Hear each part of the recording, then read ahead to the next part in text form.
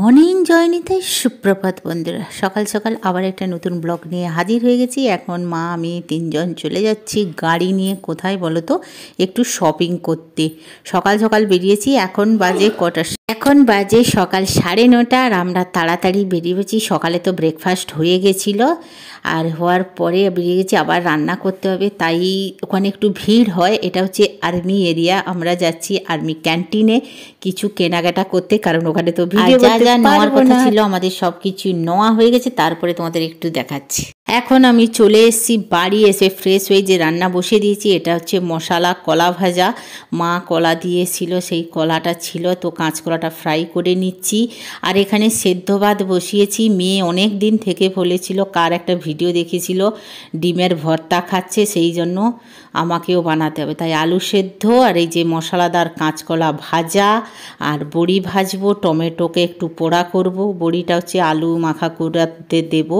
আর এটা কাঁচকলা বড়ি টমেটো দিয়ে মাছ দিয়ে বড়মশাই ঝোল। আর 3টে ডিম ফ্রিজে ছিল, সেই 3টে ডিমকে সিদ্ধ করেছি। বড়মশাই তো খাবে না, কারণ সুগার পেশেন্টদের বলে যে ডিম খেতে না, মানে ডিমের কুসুমটা খেতে না। তো আর 3টে আছে, তাই বাচ্চাদের একটু ভালো করে ভর্তা করে পেঁয়াজ দিয়ে করে দেব। আর এই যে ফাইনালি দেখো আমাদের মশলাদার কাঁচকলা ভাজা হয়ে গেছে। এটা সাউথের কিন্তু রেসিপি এটা, আর খুব সুন্দর লাগে। ক্রিস্পি কারি পাতা দিয়ে ভাজা করেছি, উপরে একটু কাঁচা লঙ্কা ফ্রাই করে দিয়ে দিয়েছি। খুব টেস্টি হয়। তোমরাও মশলা দিয়ে কলা ফ্রাই করবে, খেতে কিন্তু ভালো লাগে। এবারে আমরা দুপুরের লাঞ্চ নিয়ে বসে পড়েছি। এই যে আলু সেদ্ধ আর লঙ্কা ফ্রাই করেছিলাম সেটা দিয়েছি। মেয়েকে একটু স্যালাড কেটে দিয়েছি, উপরে ঘি দিয়েছি, আলু মাখা দিয়েছি, আর ডিমের ভর্তা আছে, কাঁচকলা ভাজা আছে, বড়ি ভাজা আছে, দিয়ে ওদের দিয়েছি। আর ছোট মেয়েকেও তাই দিয়েছি। ওরা দুজন বসে পড়েছে। বড়মশাইকেও ভিতরে খেতে দিয়ে দিয়েছি। এই যে ওদের মাছের ঝোল ছিল, আর এদের দুজনকে দুটো মাছ ভাজা করেছে। এই যে টমাটো ভর্তা।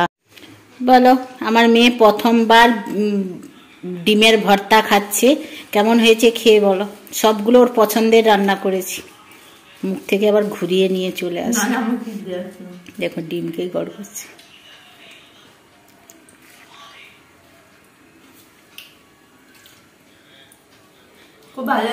এত কষ্ট করে রান্না করার সার্থকটা আমার হলো। আর আমার মেয়ে আমার নতুন টি শার্টটাকে কি করেছে দেখো, নিজে ক্রিয়েশন করে ফেলেছে। DIY। যদি আপনার এরকম স্টাইলিশ টি শার্ট পেতে চান তাহলে আমাকে ফলো করুন, সাবস্ক্রাইব করুন, লাইক করুন। দেখো কত সুন্দর টি শার্টটাকে তার কি করেছে, দেখো সুন্দর লাগছে ভাই, এটা বুঝবো না। চলো, মেয়ে খেয়ে খুশি হয়েছে। মেয়ে বললো মেয়ে এমনি ভাত খেতে চায় না, শুধু রুটি খায়। তার ভিডিওতে দেখেছে ডিমের ভর্তা, বলছে মা আমাকেও কয়দিন ধরে বলছিল, আমি যে সময় হোক ডিমের মোলা। তো আমি এই জন্য আলু সেদ্ধ বললো, তো বড়ি ভাজা আর ক্রিস্পি কাঁচকলা ফ্রাই আর একটু লঙ্কার আচার স্যালাড দিয়ে ওকে দিয়েছি খেতে। এদিকে আমার ছোট মেয়ে বলছে আমাকে দেখাবে না। চলো ও খাওয়া দাওয়া করে নিক, তারপরে আমি আসছি।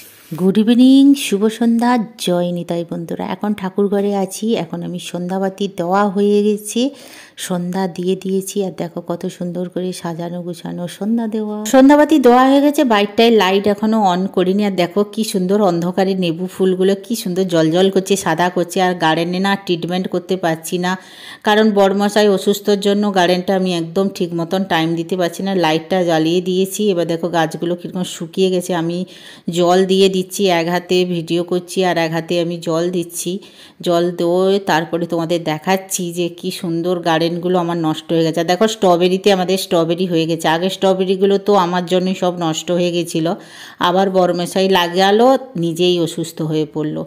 সব ফুল বাগানগুলো শুকিয়ে যাচ্ছে, কি ভাল লাগছে না আর। এবার আমার গাছে জল দেওয়া হয়ে গেছে, জল দিয়ে দিয়েছি। আর দেখো সব জলগুলো বেরিয়ে যাচ্ছে। ঝাঁটটাও ঝাঁটাতে পারছি না, একদম মানে সময় দিতে পারছি না। আগে শরীরটা ভালো থাকলে হতো, এই হাতের জন্য না আমি কিছুই করতে পারছি না ঠিক মতন।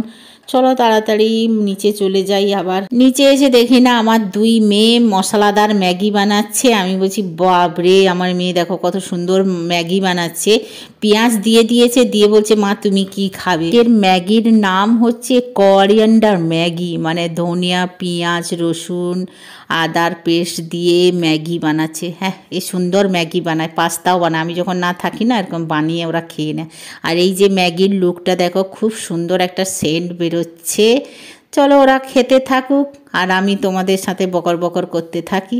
সন্ধ্যের পরে তোমাদের সামনে আসলাম, সেই সন্ধেবাতি দিয়ে গেছিলাম, তারপরে বাগানে একটু জল দিলাম। বাগানটা তো অবস্থা খারাপ হয়ে গেছে, বড়মশাইকে বলছিলাম, বলে কি করবে বলো, নিচের বাগানটাতেও জল বৃষ্টি হচ্ছে দেখে পুরো একদম আমরুলি শাকে একদম ভর্তি হয়ে গেছে, পরিষ্কার করতে পারছি না। যা হয় হবে, সেটা করার কিছুই নেই।